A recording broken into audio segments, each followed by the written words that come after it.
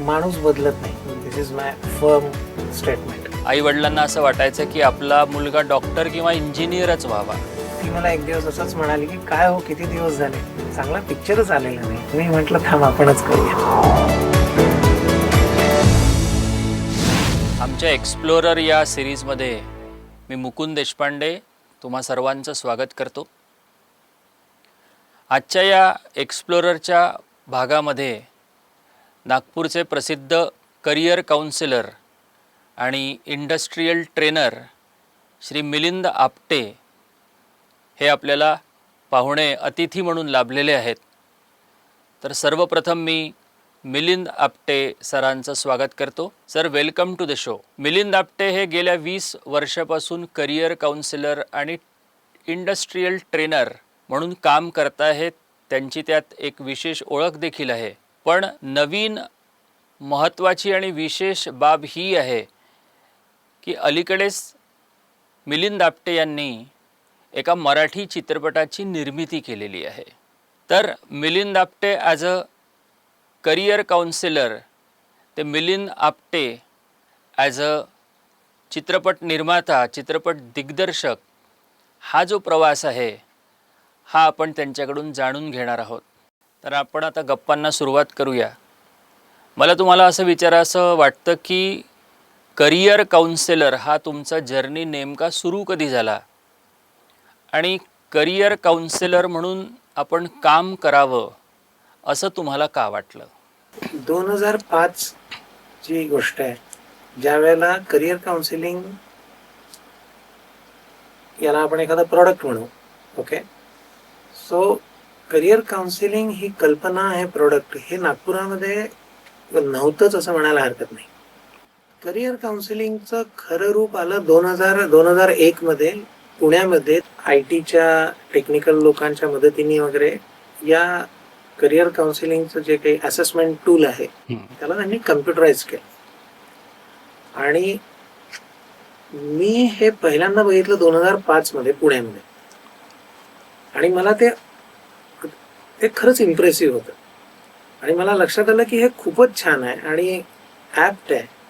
निर्णय घेण्याची क्षमता आहे याच्यामध्ये. याच्या आधारे हे नागपूरला आणायला पाहिजे.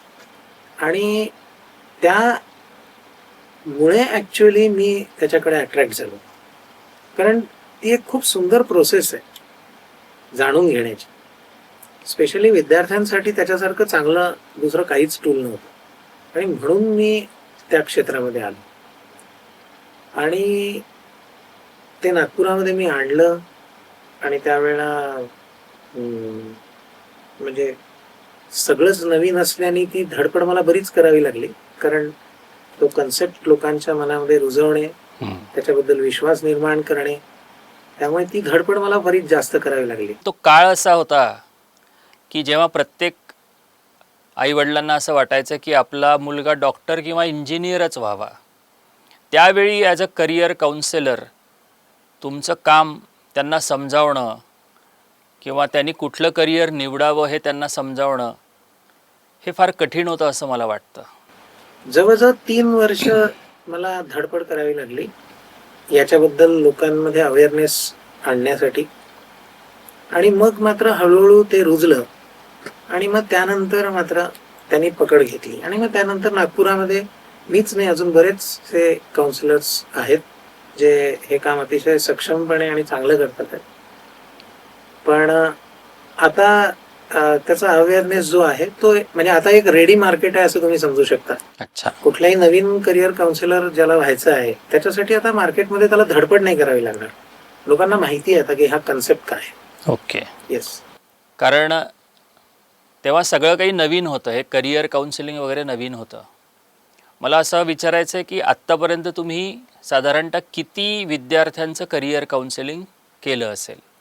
20,000 असतील अंदाज. जे करिअर काउन्सिलिंग तुम्ही म्हणताय या 20,000 विद्यार्थ्यांचं तुम्ही केलं असेल तर त्यातल्या त्या विद्यार्थ्यांनी तुमच्या काउन्सिलिंगप्रमाणे ते क्षेत्रसुद्धा निवडलं असेल आणि त्याच्यात ते यशस्वी पण झाले असतील. तर त्यातले काही विद्यार्थी अजूनही तुम्हाला भेटायला येतात किंवा तुमच्या संपर्कात आहेत? नाही येतात, भेटतात. आणि ते माझ्याशी कनेक्टेड राहतात. म्हणजे मला त्याचं कौतुकही आहे, मला त्याचा अभिमानही आहे आणि आजही ते या बाबतींमध्ये माझ्याशी चर्चा करतात. कारण करिअर काउन्सिलिंग हा एक भाग फक्त असा 10वी, 11वी, 12वी पुरता मर्यादित नाहीये. आता काय झालेलं आहे, की तुम्ही एखाद्या प्रोफेशनमध्ये for example somebody completed the engineering आणि तो एका प्रोफेशनमध्ये आला आणि त्या प्रोफेशनमध्ये काय होतं, त्याच्याही मध्ये खूप त्याचे जे सब डिव्हिजन्स आहेत वेगवेगळे.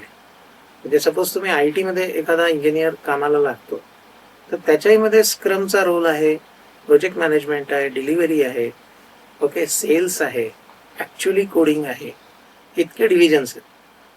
त्याच्यामधलं मी कोणत्या डिव्हिजनसाठी सगळ्यात योग्य आहे किंवा माझं करिअर मी कुठे फोकस, तर हे तिथे सुद्धा गरजेचं असतं.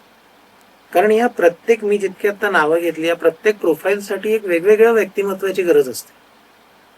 जरी तो एक IT इंजिनियर असला तरी तो स्क्रमचा रोल चांगला करू शकेल किंवा तो प्रोजेक्ट मॅनेजमेंटसाठी चांगला असेल हे सांगता नाही येत. लाईन मॅनेजमेंटसाठी आता कंपन्यांची रिक्वायरमेंट आहे की त्यांना लाईन मॅनेजर्स हवेत, चांगले लाईन मॅनेजर्स हवेत. तर तो झालाय इंजिनियर, पण तो याच्यातल्या नक्की कोणत्या प्रोफाईलसाठी योग्य राहील. त्यामुळे करिअर काउन्सिलिंग हा किंवा हा सल्ला देण्याचा जो आहे व्यक्ती, तो ॲक्च्युली खूप म्हणजे डीप पर्यंत अभ्यास करून लोकांची मदत करू शकतो.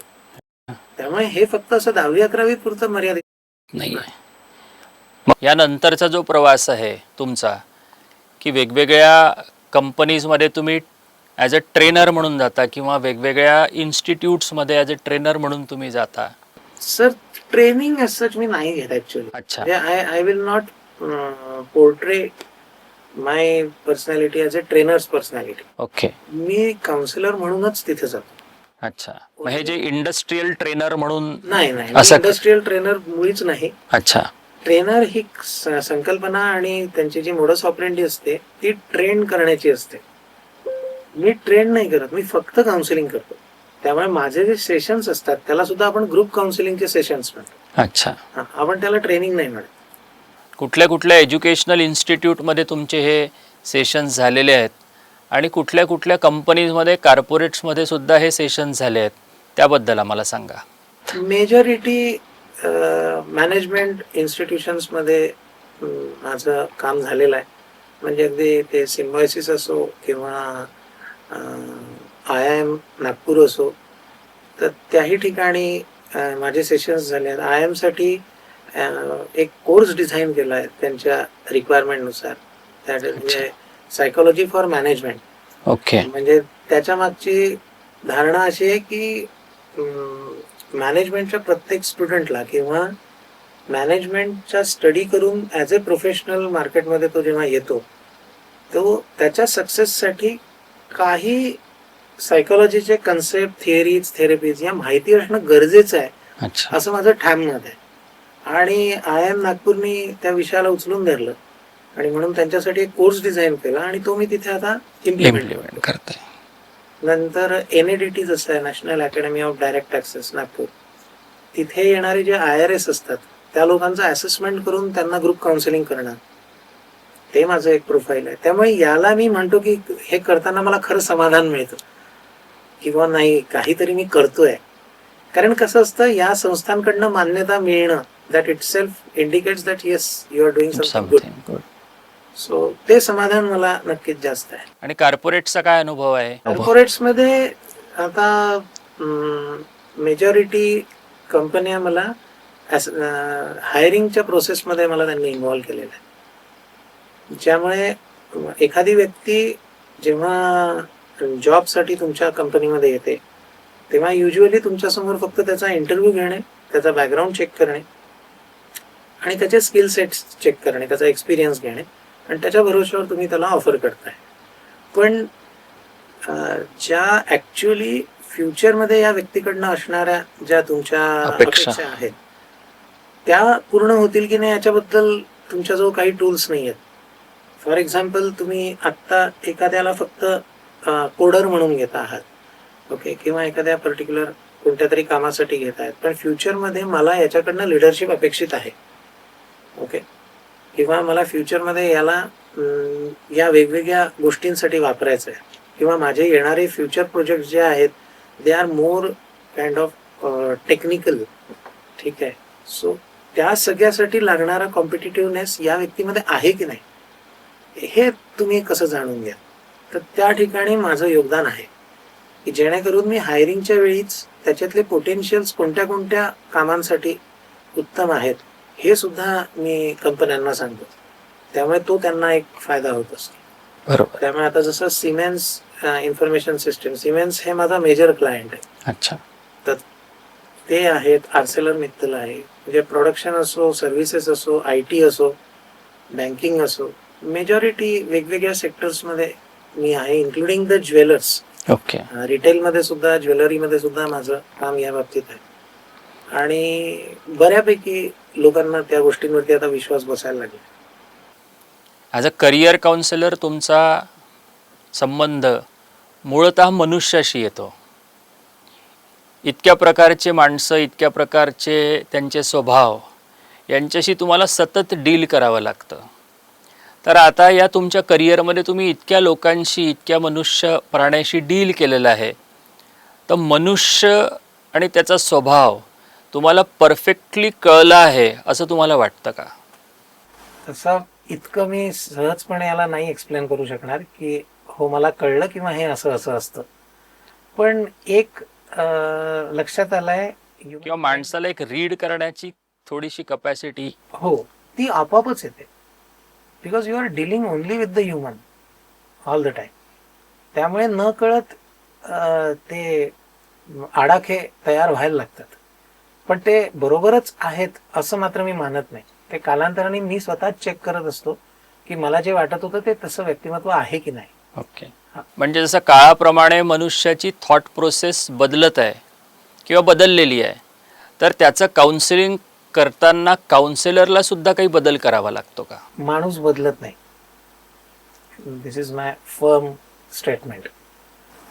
माणूस जे काही बदल तुम्हाला असं वाटतं की माणसाने बदल आणले आहेत स्वतःमध्ये ते त्याच्या गरजांनी आणलेले बदल असतात आणि ते तेवढ्या प्रसंगांपुरतेच असतात. ते नेहमीसाठी नसतात.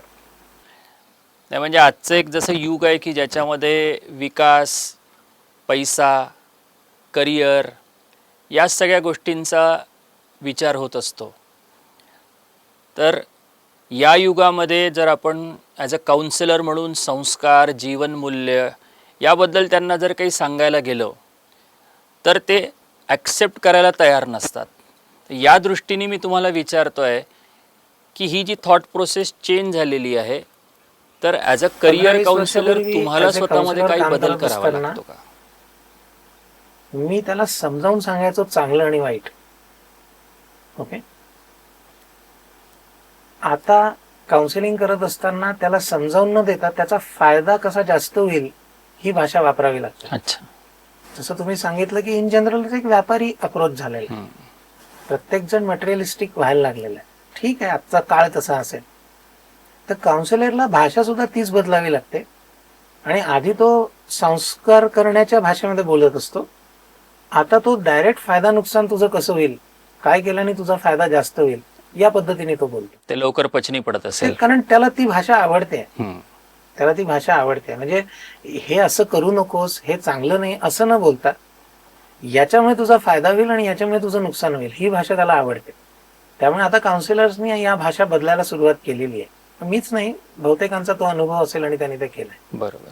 तुम्ही करिअर काउन्सिलिंगमध्ये होताच, पण लोकांना हळूहळू हे समजायला लागलं, पटायला लागलं की ही व्यक्ती ज्या गोष्टी सांगते ते समोरच्याला पटतं. तर मग यातूनच असं झालं असेल एखाद वेळेस की तुमचे जे परिचित आहे ते लोक आपले पर्सनल प्रॉब्लेम्स घेऊन सुद्धा तुमच्याकडे आले असतील आणि मग त्याच्यातून एक सायकोलॉजिकल काउन्सिलर म्हणून सुद्धा तुमचा काउन्सिलर म्हणून प्रवास सुरू झाला असेल. तर हा जो करिअर काउन्सिलर आहे तो करिअर काउन्सिलर टू सायकोलॉजीवाला काउन्सिलर या प्रवासाबद्दल आम्हाला थोडंसं सांगा. सायकोलॉजीचा अभ्यास करत असताना म्हणजे माझं जेव्हा मी MA सायकोलॉजी केलं तेव्हा त्याच्यातल्या ज्या थेरीज होत्या त्या थेरीज प्लस पतंजली योगशास्त्र आणि भगवद्गीता या सगळ्यांचा समन्वय साधत जसे जसे प्रमेय घडायला लागले तेव्हा लक्षात आलं की याचा वापर करून आपण समोरच्याचं काउन्सिलिंग नक्कीच करू शकतो. आणि त्यामुळे सुरुवातीच्या काळात मी बिहेवियरल किंवा फॅमिली काउन्सिलिंगला घाबरायचो. असं वाटायचं की नाही, हे माझं क्षेत्र नाही. पण मी हळूहळू मला कळायला लागलं की नाही, मी ते एन्जॉय करतोय मी ते. आणि मग न कळत मग मी फॅमिली कोर्टाचे काही केसेस घेणं सुरू केलं, फॅमिली काउन्सिलिंग घ्यायला सुरुवात केली, बिहेवियरल इश्यूज मॅनेज करायला लागलो. पण क्लिनिकल पासून मी 100% दूर ठेवलं स्वतःला, कारण एक तर ती माझी एक्सपर्टीजही नव्हती. पण जिथे जिथे मला लक्षात येईल की इथे थेरपी आणि काउन्सिलिंगने 100% फायदा देऊ शकतो त्या ठिकाणी मात्र मी इंटरव्हीन केलं. पण अदरवाईज मी थोडी जरी क्लिनिकल केस आढळली तरी पण मी तिला दुसरीकडे पाठवली.